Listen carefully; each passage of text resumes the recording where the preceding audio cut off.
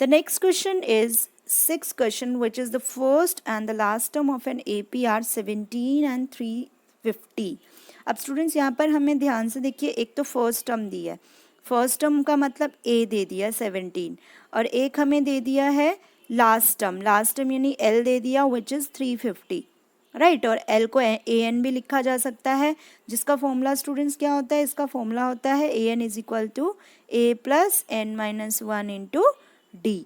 तो इसकी वैल्यू कितनी दी है, 350 दी है, और ए की वैल्यू मुझे पता है 17 है, राइट। और एन की वैल्यू हमें अभी फाइंड आउट करना है, अभी देख लेते हैं क्या क्या फाइंड आउट करना है। सबसे पहले वही चेक कर लेते हैं हमें फाइंड क्या क्या करना है। तो हमें यहाँ पर if the common difference is right, यहाँ पर कॉमन डिफरेंस भी दे दिया स्टूडेंट्स 9। हमें निकालना क्या है, हाउ मैनी टर्म्स यानी एन निकालना और फिर सम निकालना। अब यहाँ पे हमें निकालना क्या है, एन और एस एन, राइट। क्या क्या दिया हुआ है, ए दिया हुआ है 17, लास्ट टर्म दी हुई है 350, और कॉमन डिफरेंस भी दिया हुआ है 9। तो ये चीज़ें हमें दी हुई है, बहुत ही आसान क्वेश्चन है ये। यहाँ पर देखेंगे कॉमन डिफरेंस दे दिया, अब हमें पता है एल का फॉर्मूला क्या होता है, a plus n minus one into d. Values put की यहाँ से एन की वैल्यू फाइंड आउट होगी, और एस एन क्या निकलेगा, N by two A plus L. अब वैल्यूज पुट करेंगे यहाँ पर भी, और एस एन की भी वैल्यू निकल जाएगी, है ना, easy question. Now come to the seventh question. Find the sum of first 22 terms of an AP in which D is equal to 7 to 22nd term is 149. अब देखिए यहाँ पर स्टूडेंट्स, यहाँ पे 22nd टर्म दी है हमें, यानी कि A22 दिया हुआ है। ये चीज़ें ध्यान रखनी है आपको कि आपको पता होना चाहिए क्या दिया है। 22nd टर्म यानी कि A22 दिया है 149, और कॉमन डिफरेंस दिया है 7, एंड फर्स्ट टर्म दी है 22। अब क्या क्या दिया, सबसे पहले तो वही लिख लेते हैं हम लोग, ए दे दिया, डी दे दिया, और A22 दे दिया। अब स्टूडेंट्स A22 का मतलब क्या है, या तो हम direct a plus n minus one into d का फॉर्मूला अप्लाई करें, या फिर हम A22 को क्या लिख सकते हैं स्टूडेंट्स, A22 को मैं लिख सकती हूँ ए प्लस 21 इंटू डी, राइट, ये भी लिख सकते हैं हम। अब ए की वैल्यू क्या दी हुई है हमें, गिवन है क्वेश्चन के अंदर, और डी की वैल्यू भी गिवन है, सॉरी ए की, यस ए की वैल्यू देख लेते एक बार पढ़ के question. Find the sum of first 22 terms, no a की वैल्यू नहीं दी। अब स्टूडेंट्स यहाँ की ए की वैल्यू निकाल लेंगे हम। ए की वैल्यू कैसे निकालेंगे, वही ए आ जाएगा हमारा, A22 क्या आ जाएगा, वो आ जाएगा ए प्लस 21 इंटू डी, या तो आप ऐसे सॉल्व करके करो या डायरेक्ट कर दो।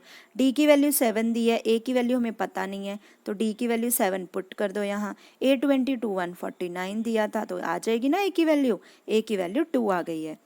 अब एस एन की वैल्यू आ जाएगी n by two A plus L, या फिर ए एन लिख सकते हो। तो यहाँ पर n की वैल्यू पता है, ए की भी पता है, लास्ट टर्म की भी पता है, S22 की भी वैल्यू आ जाएगी, राइट। n की वैल्यू 22 आएगी क्योंकि 22nd टर्म की बात कर रहा था वो। Now come to the 8th question. Find the sum of first 51 terms. अब यहाँ पर फर्स्ट 51 टर्म बोल दी, जैसे वहाँ पे फर्स्ट 22 टर्म बोली थी। अब फर्स्ट 51 टर्म का सम निकालना है, यानी कि n क्या दिया स्टूडेंट मुझे यहाँ पे 51, और थर्ड टर्म क्या, सेकंड टर्म क्या दी है 40, यहाँ पे बोला सेकंड एंड थर्ड टर्म, ये क्या है सेकंड टर्म, यानी A2 दे दिया है 14, थर्ड टर्म दे दी है यानी A3 दे दिया है 18। A3 में से A2 माइनस करूँगी तो कॉमन डिफरेंस निकल जाएगा। चलो अब देख लेते हैं कॉमन डिफरेंस कैसे निकाला। कॉमन डिफरेंस निकालिया, A3 में से A2 को माइनस करके ये आ गया 4।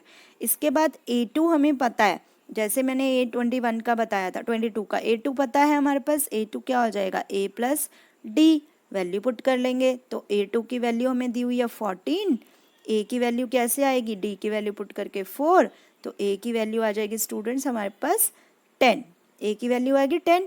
अब A भी पता लग गया, N भी पता लग गया, D भी पता लग गया, निकल जाएगा अब हमारा सम। तो S51 निकल जाएगा। सभी की वैल्यू पुट करेंगे हम यहाँ पर, A की वैल्यू, D की वैल्यू और N की वैल्यू, तो यहाँ पर पुट किया और हमारा आ गया आंसर S51 का। Same question students 9th question भी ऐसा है। अब यहाँ पर हमें क्या दिया, यानी कि कुछ ना कुछ टर्म मिसिंग रहेगी, किसी में n पूछ लेंगे, किसी में a पूछ लेंगे, किसी में d पूछ लेंगे, ऐसे it depends on the condition. तो आप लोगों को थोड़ा सा ध्यान से क्वेश्चन को रीड करके निकालना है। एक बार देख लेते हैं 9th क्वेश्चन के बारे में भी क्या दिया है। यहाँ पे sum of first 7 terms of an AP दे दी हैं। अब स्टूडेंट्स यहाँ पर हमें S7 ही दे दिया, n भी दे दिया 7 है, और S7 भी दे दिया 49 है। अब निकालना क्या वो देख लेते हैं। अब यहाँ पर सम ऑफ nth टर्म का फॉर्मूला अप्लाई किया n/2 2a plus n minus 1 into D करके। अब क्या क्या पता था हमें, S7 की वैल्यू पता थी 49, n की वैल्यू पता थी 7, a नहीं पता था और d नहीं पता था। चलो यहाँ से हमने एक इक्वेशन बना ली है और वो इक्वेशन आ गई हमारी a plus 3d is equal to 7। Equation कैसे है इसको सॉल्व करने के बाद, तो ये आ गई हमारी फर्स्ट इक्वेशन। सिमिलरली यहाँ पर देखिए क्वेश्चन रीड करेंगे एक बार दोबारा। यहाँ पर पहले हमने फर्स्ट 7 टर्म्स की बात की थी, तो ये इससे फर्स्ट इक्वेशन आ गई। अब 17th टर्म में दिया हुआ है 289, यानी कि सेकंड इक्वेशन कैसे बनेगी, n तो हो जाएगा 17 और S17 क्या आ जाएगा 289। तो सेम फर्स्ट की तरह ही केस बना लेंगे इसमें भी। तो देखिए यहाँ पर अब S17 क्या आ गया, S17 क्या आ गया सॉल्व करने के बाद, एक सेकेंड इक्वेशन क्रिएट कर दी, a plus 8d is equal to 17, right. तो ये भी वैल्यूज पुट करने के बाद दूसरी इक्वेशन आ गई। अब दोनों इक्वेशन को सॉल्व कर लेंगे। इक्वेशन सॉल्व करना तो आपने सीखा ही होगा लोअर क्लासेस में। तो इक्वेशन सॉल्व करेंगे सब्ट्रैक्ट करके। जब हमने सब्ट्रैक्ट किया दोनों इक्वेशन को, देख लेते हैं एक बार, अगर जिसको नहीं आती इक्वेशन सॉल्व करनी। पहली इक्वेशन थी a plus 3d is equal to 7। पहली इक्वेशन थी a plus 3d is equal to 7। दोनों इक्वेशन को सब्ट्रैक्ट कर देंगे आपस में, तो सब्ट्रैक्ट करने पे साइन चेंज हो जाते हैं।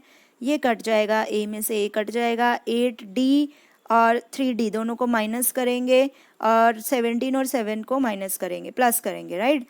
सॉरी, माइनस करने के बाद आएगा हमारे पास 5d इज इक्वल टू 10 और d की वैल्यू आ जाएगी 2। कैसे आएगी d की value 2, 5d is equal to 10 है तो d की वैल्यू आ जाएगी 10 डिवाइडेड बाय 5, 5 2 ज़ा 10।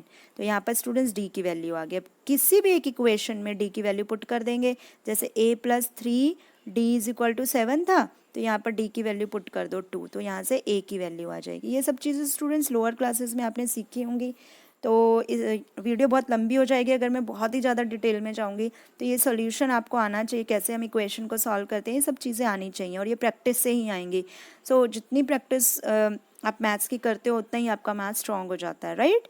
तो अब Sn आ जाएगा हमारे पास, सम ऑफ n टर्म्स आ जाएगा n/2 2a plus n minus 1 into d. तो Sn की वैल्यू क्या आएगी, यहाँ पर a भी मिल गया मुझे, d भी मिल गया, तो a और d की वैल्यू पुट कर दी। अब हमें Sn ही पूछा है तो n की जगह कुछ नहीं लिखा है, यहाँ पे Sn पूछा है, तो यहाँ पर सॉल्व करने के बाद मेरे पास n की वैल्यू आ गई n²। तो स्टूडेंट्स ये था हमारा 9th question. Now come to the 10th question. Show that a1 a2 an form an AP। हमें ये दिखाना है कि ये एक AP शो कर रहे हैं where an is defined as below, और an की जो वैल्यू है वो ये है, ठीक है। तो चलो an क्या दिया है 3 प्लस 4n और एक हमें AP दे दिया a1 a2 a3। तो अब हमें बताना है कि AP है या नहीं है। तो चलो अब निकालते हैं पहले पहली टर्म, n में पुट करेंगे 1 तो हमारे पास आ जाएगा 7, n में 2 पुट करेंगे आ जाएगा 11, 3 पुट करेंगे 15। इस इक्वेशन में पुट करते जाओ n की जगह 1 2 3 up to so on, right, ताकि हमें पता लगे जब कॉमन डिफरेंस सेम है या नहीं है। चलो a1 पता लग गया, a2 पता लग गया, a3 a4, राइट। अब कॉमन डिफरेंस कैसे निकलता है, a2 में से a1 माइनस किया 4, a3 में से a2 माइनस किया 4, a4 में से a3 माइनस किया 4, यानी कि कॉमन डिफरेंस क्या आ रहा है, सेम आ रहा है। इसका मतलब कॉमन डिफरेंस सेम है, राइट। तो इसका मतलब ये क्या है, AP है। तो यहाँ पर इसने बोल दिया क्योंकि कॉमन डिफरेंस सेम है, यहाँ पे same value every time, therefore this is an AP with common difference as 4 and first term as 7। फिर इसने बोला था सम ऑफ n टर्म भी निकालो, तो सम ऑफ n टर्म का फॉर्मूला अप्लाई कर दिया, Sn is equal to n/2 2a plus n minus 1 into d. यहाँ पर n भी पता लग गया, a भी पता लग गया, d भी पता लग गया। यहाँ से हम सम ऑफ 15 टर्म्स का हम निकाल लेंगे क्योंकि 15 का ही बोला गया हमें। तो यहाँ से वैल्यू पुट करके सम ऑफ 15 टर्म आ गया हमारे पास 525। तो स्टूडेंट्स ये थे हमारे क्वेश्चन नंबर 10 तक का सल्यूशन।